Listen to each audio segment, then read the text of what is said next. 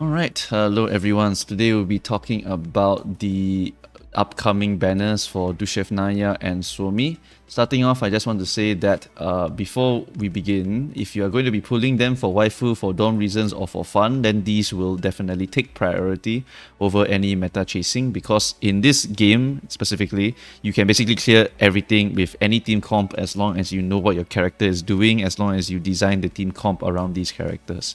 So this is quite important to note, that the only reason to pull for the meta is if you really want to make the game super easy, because by default you can clear with quite a medium team already, right? You don't need to have super sweaty teams, and you get crazy DPSs like Cheongju and Tololo quite easily already because they can be spooked and you can get them from the standard banner. So yeah, this game just pull for fun. It's a waifu collector and eventually you will collect everyone. It's just whether or not you want to really super chase down vertebrates and make your life super easy and sweat all the way into the PvP or the Gunsmoke, right? So before we continue, let's look at what these characters actually do, right? So for Suomi is going to be one of the highest value pools. She's going to be an F2P's dream character. She basically at V0 can give you a big shield, basically encompassing your whole health bar. So you get a ×2 of your health bar for all characters. She cleanses debuffs for all characters, and she heals all characters by existing. And then she can also action support, and she can also break stability. Like, this character has everything inside of her, and she also applies ice weakness, because why not? Right, so very good synergy with Macchiato, who's also an ice DPS. Right, this character is really damn good and one of the most valuable characters, no question. For Dushevnaya, this character here is going to be an ice support. She shoots people, she increases ice attack for allies, and also reduces enemy, I believe, ice defense or defense just in general for ice attacks. So she's just a generic support. She has action support as well, and she's mainly used just for ice debuffing in particular.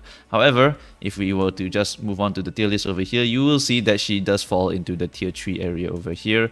That's because for Dush's case, she is not Vector level, she is not Springfield level, she's not Belka or Andoris level either.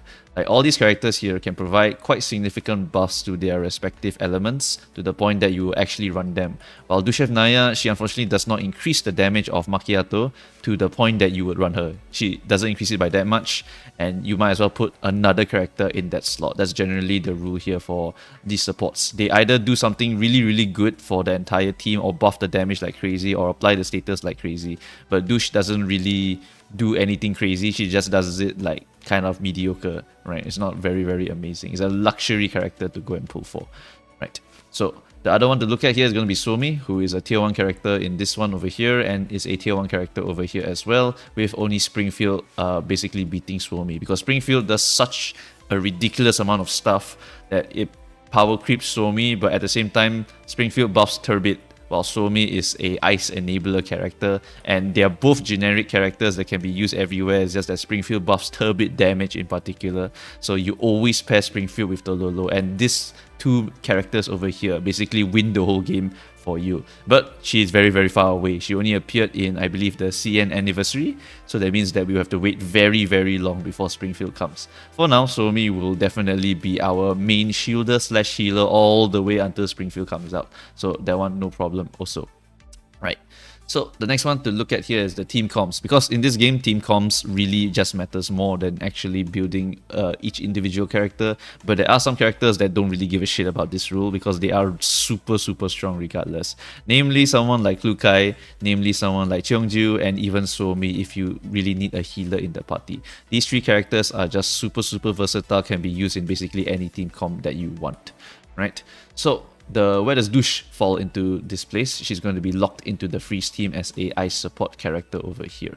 But on the other hand, you can always replace her with a Cheongju for defense break and stability break, your Klukai V3 for bossing, or Klukai V0 for AoE, and then you can always swap in any other DPS you want over here. You don't really need another healer because Suomi is already sufficient, so you just stack on even more damage output onto this party and you'll be pretty much good to go. For Suomi, she fulfills any healer slot, so you can just throw her into any team comp and just use her as the healer for that slot, and it will work out fine. And she has action support, which is always desired because they help to break stability, and support attacks are very, very funny in this game. So that's pretty much how the team comps are meant to be looking like over here. You don't use Dush if you're not using Mark. That's the current case for the Ice team. And if you can see here, it's considered less powerful because it really is. If you look at all these other characters up here, they're just ridiculously broken. So, and Tololo, by the way, if you look at the CN one, this is the old list. So you can see Tololo is tier 3, right? Just because of Springfield's existence, this team here just became like one of the best teams in the game. Tololo can always was not very good, but then once Springfield comes out, she's like giga broken. So it could always change, right?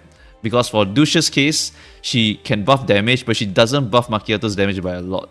Which means that in the future, it's possible that a new hyper carry comes out or some crazy ice character that Dush will buff, and then Dush becomes very, very good value because then she buffs this character by a shit ton. For example, as an example, right? So the reasons to pull for your Dush here is that she gives you a very nice common key. She gives you attack 5% and increased elemental damage dealt by 10% towards enemies who are unable to move or whose movement speed is smaller or equal to self. On bosses, this is generally quite easy to get because bosses don't really move that much. And you will also be applying a shit ton of chill to a boss because they will step on those tiles and stay on those tiles for a very, very long time. For generic purposes, it's still an attack of plus 5%, and then your attack for other keys that are not these kind of keys is going to be 3%. So it's still much better, and you will still get some value out of this when you're fighting the tanks because the tanks are generally quite slow. Like let's say if I slap this on Macchiato, Macchiato only has 4 speed, right? So hopefully I can apply enough chill that I won't have to worry about them actually beating my 4 speed on Macchiato. Next, we also have the mod key. This mod key will come out much, much later. We don't have it now. This mod key is given by Mika to buff these characters because these characters are considered not that amazing, so it is to basically give them a significant buff. And for her, it is going to be increasing ice damage dealt for all allies up to 15%, and also increase damage by 10% and ice damage by 10% for 2 highest attack allies excluding herself, so she can feed 2 other big DPSs. And according to some of the people that I've looked at for clearing Gunsmoke and all that, this mod key is okay. It's considered okay. It's not amazing, it's okay. And generally, the only time you will see Dush be used in the future is when a even more hyper carry comes out. Then this feeding into Muck and the other hyper carry will make this a lot more relevant than what it is right now. Right, because ice damage to another ice DPS, we don't really have another ice DPS right now, so it's a bit awkward. So yeah, we'll just have to wait and see how Mika cooks in order to make her more viable in the future. Remember the Tololo case over here, in case you ever wonder whether a character will become better. And for example, Diane, who is considered quite shit here in all these lists over here, I have great faith that eventually the physical rework will hit, and she will actually become a lot more viable than she is now. Anyway, over here, we also have the expected amount of pulls. This is to just help you get a sense of how many pulls in order to almost guarantee a character and how much it costs to even get one character. So if I want to, let's say, chase the meta and go for Klukai V3, your Vector V1, your Cheongju V3. For Cheongju, we won't really talk about it because she's a standard, but for Klukai, it's a V3 requirement because then she becomes a very, very strong boss DPS that will require 408, which I believe is about 60,000 collapse pieces or something like that. So for reference, you will need about this amount over here, 120, 127, in order to basically get one Dush. This 408 here for your Klukai V3 is quite expensive, right? So you don't really want to be spending on a V0 Dush if you're not really going to get any super ice hyper carry anytime soon, right? So just take note of the actual amounts that it takes in order to get the characters. Yeah. So let's move on to some other stuff to know. For Suomi, if you are going to get her, if you don't have her yet, you can always use Papasha's Svarog weapon from the guild shop, and that will be basically a better stat stick than the purple weapon for Suomi. If you go and pull Suomi's weapon, also good on you. You can just slap that onto Suomi and it will pretty much be one of the good weapons for her. And then after that, for Dush, you can just go and grind for Samosek or just give her the purple weapon, the KSVK. Right, Samosek is a weapon that you can get by getting duplicate currency and then buying it from the shop directly, and that will give her a stat stick basically, or you can pull for a weapon and slap it onto her.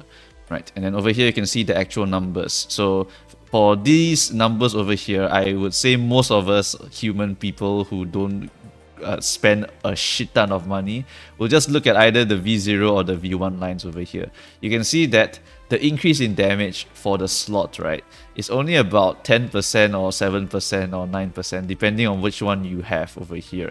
The R1 here, I believe it means the gun is also R1. So you can see that the damage increase is not that amazing. Increases by 20k over here, increases by about 10k here. So most of the time, it's actually probably better to slap in another DPS, right? Rather than go ahead and use your Macchiato with the douche. You might as well use another DPS because that DPS will just do way more than just 10k over the 7 turns of fighting the Gunsmoke boss, right? So that's one of the reasons why I'm saying that douche is just not worth it. But if you can somehow get V6, you actually get quite a substantial increase in the damage output, especially once you get the mod key added and so on and so forth, right? So this is all of the math over here taken from some of the sweaty guild clearers for Gunsmoke in particular, showing that douche is not a requirement at all. I did see one clear also where they did use douche for Gunsmoke, and they also put Springfield and Tololo in the party, and then after that they said that basically Springfield and Tololo did all the work and then douche was kind of there while Macchiato did some of the work. But basically it's Springfield Tololo. Like, that shit is just ridiculous. So yeah, douche unfortunately is going to be mid now because we don't get the mod key. And then later on she will still be mid because we don't have another ice hyper carry. So overall, just a mid character for now. Right. Next is going to be the Selector banner. For Selector banner, is going to be coming up with this update, and you'll be able to go and get any of your dupes or any of the characters that you don't have. For example, I don't have Tololo yet, and I do want to get at least one copy of her for now. For Cheongju, I'll try to get Vertebrae 3 because at Vertebrae 3, every support attack will now apply burn, and that will trigger Sharkly's support attack, which will let you do shoot into Cheongju, shoot into Sharkly, shoot, and the enemy will be defense down the entire time. It's extremely powerful, and one of the reasons Sharkly is still a tier 1 character until this day in CN. And then Mosin Nagant is okay. If you want to really go for Lightning Team later on, V4, V6 will be a requirement. Yes, I know what I just said, but yeah, this character is so weird because her V4 and V6 are required to change her attack into electric instead of using physical damage. And then after that, Sabrina, one copy is good. Peritia, very good combo with Klukai when she comes out. Vepli is Vepli, and Tololo only really good once Springfield comes out. At that point, you will want to get a V2 at minimum, and then after that you just get whatever vertebrae you want for her at that point because she will be a Giga DPS because of Springfield, right? Then the last one is we're going to get the Sabrina skin. I don't really know why Sabrina would need an outfit like this, but sure, I guess it works out. If you want it, you go ahead and save up for it. And after that, here is your reminder for your daily box because I got nothing much else to say already. Right, so for this banner over here, pretty much for F2P is F2P low spenders, we are not pulling this Dushevnaya banner. But the Suomi banner is a definite must get. So the last one to talk about for Suomi in particular is V1, necessary or not. If you look at this chart over here, you can see that Suomi in particular is not mentioned to have V1 or anything. Centaurisi is also not mentioned to have V1 or anything like that. That's simply because according to a lot of the old players in GFL2 CN side, they say that Suomi V0 is already enough to tank basically everything in the game. If you play the game properly and you cycle the shield properly and you put the right people in front to tank the hits, because if you have the shield, then you go ahead, you tank, no shield, you go back, and then another person with the shield go forward, then tank, then come back. This is the shield cycling. That is already good enough because that's basically 4 extra health bars for you to go and tank with. So by that time, Suomi will have already gotten her shield again, and then you can repeat that, and that's basically all you need for the entirety of the whole game. V1 is on paper extremely good. It gives you extra healing, stability, regen, blah blah blah. It does a lot of shit, right? But at the same time, you might as well save your pulls for other things because as you have seen over here in this expected amount of rolls, it will cost quite a bit unless you win your 50-50 for the V1 Suomi. So if you are really trying to save to have a very, very strong DPS slash support comp in the future, then you would probably want to skip the Suomi, save up for other things in the future over here. But of course, if Suomi is your waifu, then I'm not going to stop you, right? The rule number one never changes. You must always pull for your fun. If you really want to get the Giga, I can just run in front, tank everything, and Suomi will save me, then just go ahead and do that instead. Alright, so that's going to be it for this entire video. If I missed anything, feel free to let me know. And if you have any other information, feel free to drop it in the comments. Alright, thanks guys for watching. I'll see you guys next time. Bye bye.